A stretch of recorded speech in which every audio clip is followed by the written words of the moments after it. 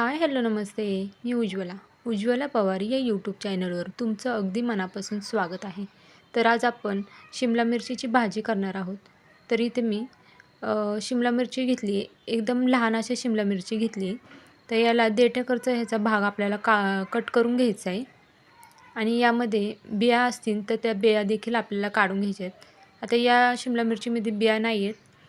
तुम्ही जर शिमला मिरची मोठी घेतली तर त्यामध्ये बिया असतील तर त्या बिया आपल्याला काढून घ्यायच्या आहेत आणि व्हिडिओमध्ये दाखवते त्या पद्धतीने आपल्याला हे कट करून घ्यायच्या आहेत.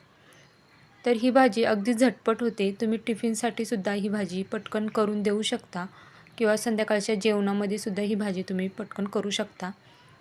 तर पाहू शकता या पद्धतीने आपण ही शिमला मिरची सर्व कट करून घ्यायची आहे.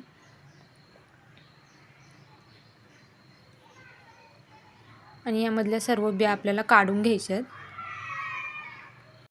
तर पाहू शकता सर्व शिमला मिरची मी कट करून घेतली आहे आणि यामधल्या बिया देखील आपण सर्व काढून घेतल्यात. आता इथे मी एक कांदा आणि टोमॅटो घेतला आहे. तर मीडियम आकाराचा मी कांदा घेतला आहे. तो आपल्याला कट करून घ्यायचा आहे. कांदा आपल्याला बारीक कट करून घ्यायचा आहे. जर तुम्ही माझा व्हिडिओ इथपर्यंत पाहिला असेल आणि अजून देखील लाईक केले नसेल तर प्लीज एक लाईक नक्कीच करा. तर बारीक असा आपल्याला कांदा कट करून घ्यायचा आहे. तर पाहू शकता अशाच पद्धतीने आपण पूर्ण सर्व कांदा बारीक कट करून घ्यायचा आहे. त्याच पद्धतीने आपल्याला टोमॅटो देखील बारीक कट करून घ्यायचा आहे. तर आता इथे मी वाटण्यासाठी शेंगदाणे घेतले, खोबरं घेतले किसून सुक्कं, लसणाच्या पाकळ्या घेतल्या आणि कोथिंबीर घेतली. आता हे आपल्याला वाटून घ्यायचं आहे. तर पाहू शकता इथं मिक्सरच्या भांड्यामध्ये मी वाटून घेतलं आहे. तर खूप जास्त असं बारीकसुद्धा आपल्याला वाटायचं नाही आहे आणि कोरडंच वाटायचं आहे, पाणी टाकायचं नाही आहे. आता इथे मी गॅसवरती कढई ठेवली आहे. कढई गरम झाली की यामध्ये आपल्याला एक पळी तेल घालून घ्यायचं आहे. तेल गरम झालं की यामध्ये आपल्याला पाव चमचा मोहरी घालायची. मोहरी तडतडली की यामध्ये आपल्याला पाव चमचा जिरे घालायचे. जिरे देखील फुलले की यामध्ये आपल्याला कढीपत्त्याची पाने घालून घ्यायची.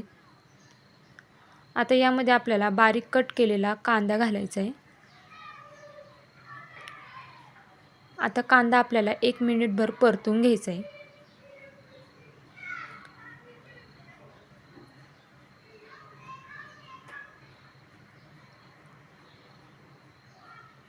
कांदा परतला की यामध्ये आपल्याला टोमॅटो घालून घ्यायचा आहे. तर इथं मी बारीक कट केलेला टोमॅटो यामध्ये घालून घेतला आहे. आता टोमॅटो देखील आपल्याला 1 मिनिटभर परतून घ्यायचं आहे.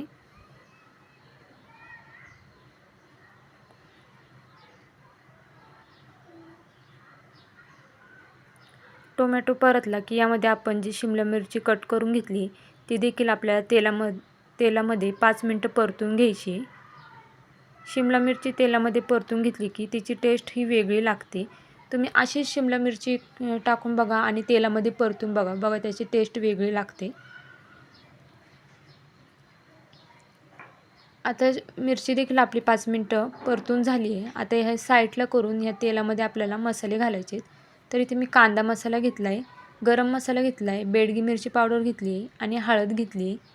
आता हे देखील आपल्याला तेलामध्ये मिक्स करायचं आहे. आता हे सर्व आपल्याला तेलामध्ये परतून घ्यायचं आहे.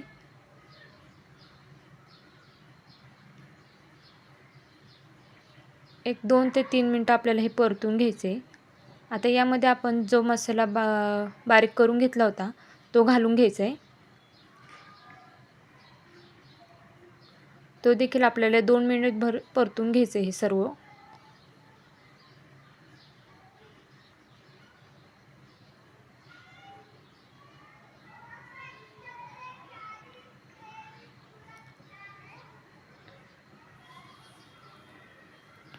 आता हे सर्व 2 मिनिट मी परतून घेतले. आता यामध्ये आपल्याला पाणी घालायचं आहे.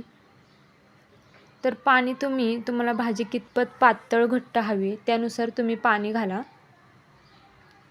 तर मी जास्त पातळ देखील ही भाजी करणार नाही. मी टिफिनसाठी ही भाजी करते. त्यामुळे मी ही जास्त पातळ नाही करणार आहे. लपतपीत अशी ही मी भाजी बनवणार आहे.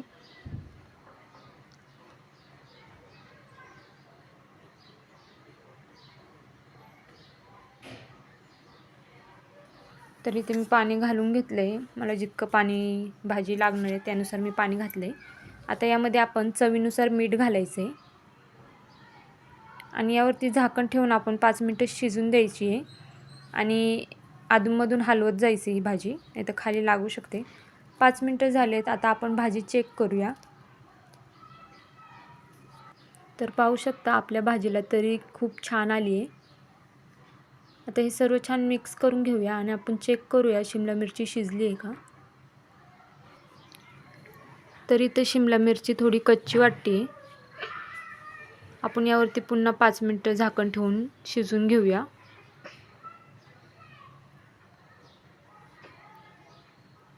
तर 5 मिनटं आपण आणखीन झाकण ठेवून शिजवून घेतली आहे. आता आपण भाजी चेक करूया शिजली आहे का. तर पाहू शकता किती छान अशी तरी आली आहे भाजीला. कलर देखील खूप छान आला आहे.